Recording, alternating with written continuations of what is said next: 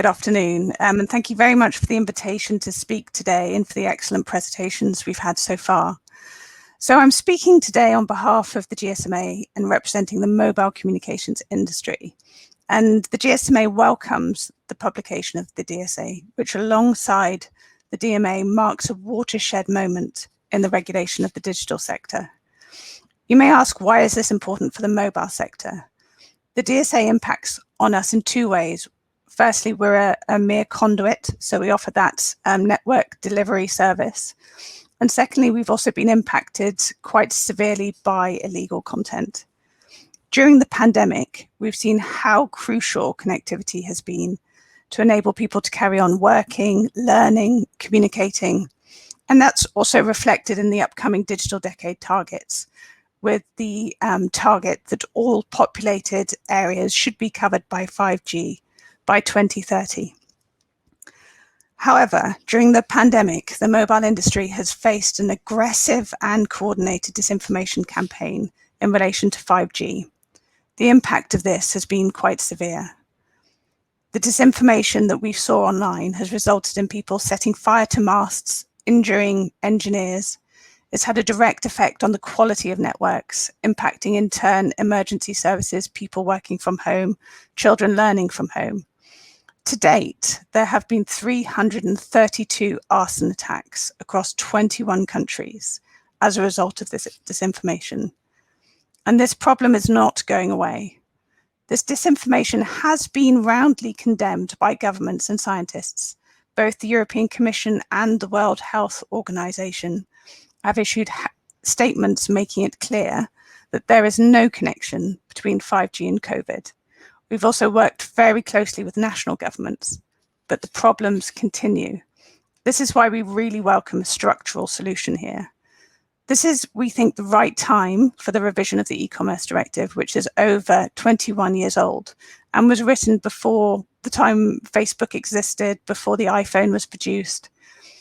And the directive is really important because it provides an exemption for liability for illegal content, effectively making the internet work, provided that hosting platforms remove illegal content as soon as they are aware.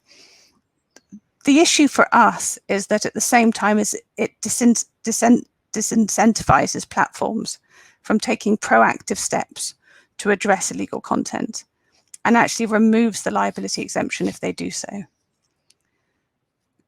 Going to what was discussed earlier, we think the DSA strikes the right balance between maintaining fundamental rights such as freedom of expression and ensuring a safer and healthier digital environment. We believe notice and takedown is still the right and the key way to address illegal content. And we also think it's reasonable and proportionate to target new obligations on online platforms, especially very large online platforms.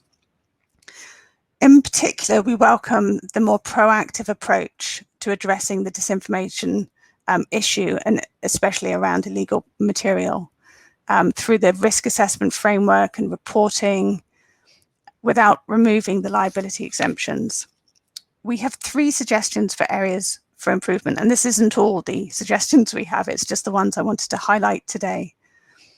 The first suggestion is that action should be taken by the provider closest to the content, which means that action is targeted and proportionate. Removing illegal content, for example, is easiest for the service provider hosting that content or the online platform rather than intermediaries lower down in the stack. For example, if we as a network are asked to block content as a result of a court order, we usually have to block an entire website. We're not able to remove specific content, which is usually encrypted. Any blocking at the network level should be a remedy of last resort. Our second recommendation is to keep in mind the careful balance of obligations.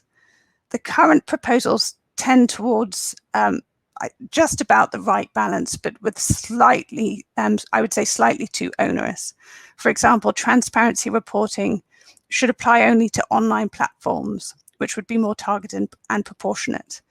there should definitely be no extension of additional obligations, again, lower down in the stack where they're not appropriate, such as know your business requirements in relation to mere conduits or intermediaries. Finally, online platforms should, on a best effort basis, prevent the re-upload of illegal content, which is known to be illegal content, which would prevent the kind of issues that we have seen in relation to disinformation on 5G.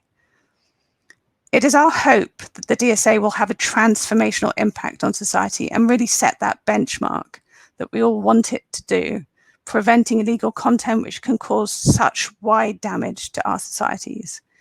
We fully support a harmonised approach that provides more certainty, and the stability is necessary for Europe's overall recovery. The GSMA is here to work constructively with all stakeholders to achieve a positive conclusion, and we look forward to discussing this on an ongoing basis.